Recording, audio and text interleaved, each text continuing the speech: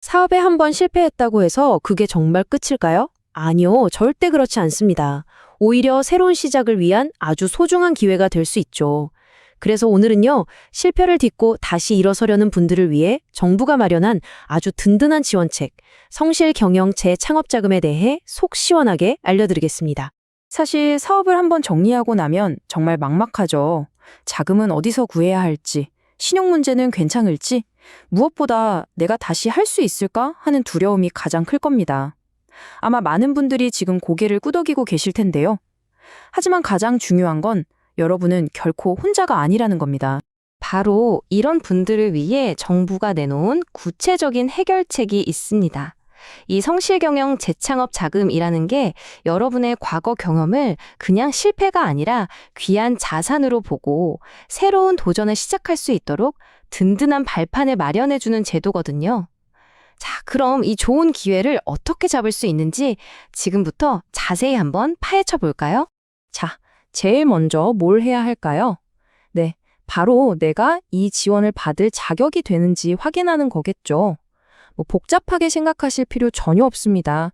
제가 핵심적인 요건들만 딱 뽑아서 체크리스트처럼 하나씩 짚어드릴게요. 지원 자격에서 아마 가장 중요하고 또 조금은 낯설게 들릴 수 있는 개념이 바로 이 성실 경영 평가일 텐데요. 용어가 좀 딱딱하죠. 근데 내용은 아주 간단합니다. 쉽게 말해서 예전에 사업하실 때 분식회계나 부당해고처럼 비윤리적인 문제 없이 정말 정직하게 사업을 잘 운영했는지를 확인하는 절차라고 보시면 돼요. 자, 그럼 핵심 요건 5가지 하나씩 짚어보겠습니다. 첫째, 당연한 얘기지만 폐업한 이력이 있어야 하고요. 둘째, 지금 재창업을 준비 중이거나 다시 사업을 시작한 지 7년이 안 됐어야 합니다. 특정 신산업 분야는 10년까지도 봐주고요. 셋째, 만약 아직 사업자 등록 전이라면 나 자금 지원 결정되면 3개월 안에 등록할 겁니다 하는 계획이 있으면 됩니다. 넷째, 방금 말씀드린 성실경영 평가를 통과해야 하고요. 마지막으로 혹시 신용 문제가 있는 분이라면 총 부채가 30억 원을 넘지 않아야 합니다. 이 5가지에 해당된다면 여러분은 일단 첫 관문은 통과하신 겁니다. 자, 자격 요건을 확인했으니 이제 가장 궁금해하실 부분이죠. 그래서 도대체 뭘, 얼마나, 어떤 조건으로 지원해 주는데 이 금융 지원에 대한 구체적인 내용을 한번 살펴보겠습니다. 와, 이거 정말 중요한 부분이죠. 사업 다시 시작할 때 사실 가장 급한 게 바로 이 운전자금이잖아요. 인건비, 마케팅비, 사무실 월세 같은 것들이요. 이 프로그램은 이런 일상적인 사업 운영에 필요한 운전자금을 연간 기준으로 최대 5억 원까지 지원해 줍니다. 초기 기업에게는 정말 엄청난 힘이 될 수 있는 금액이죠. 자, 그럼 대출 조건을 표로 한번 명확하게 비교해 볼게요. 자금은 크게 2종류라고 보시면 돼요.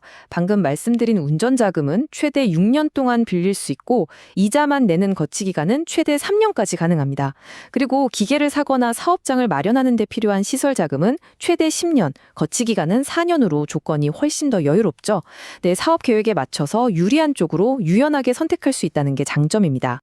좋습니다. 지원 내용까지 다 알았으니 이제 어떻게 신청해야 하는지 그 과정을 알아봐야겠죠?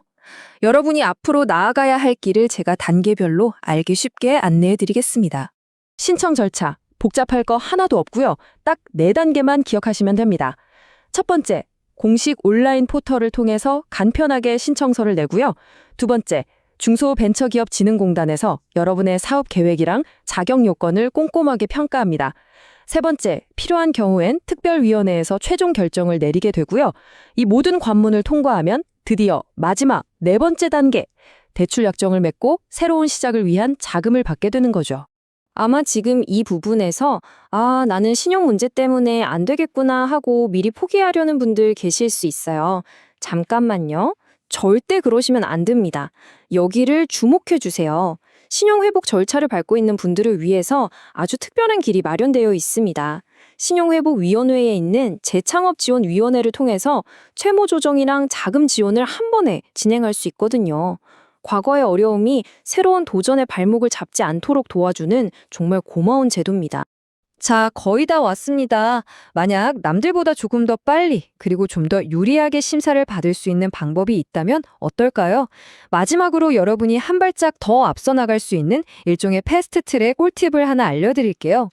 지금 화면에 나오는 조건들 중에 혹시 내가 해당하는 게 있는지 한번 쭉 살펴보세요.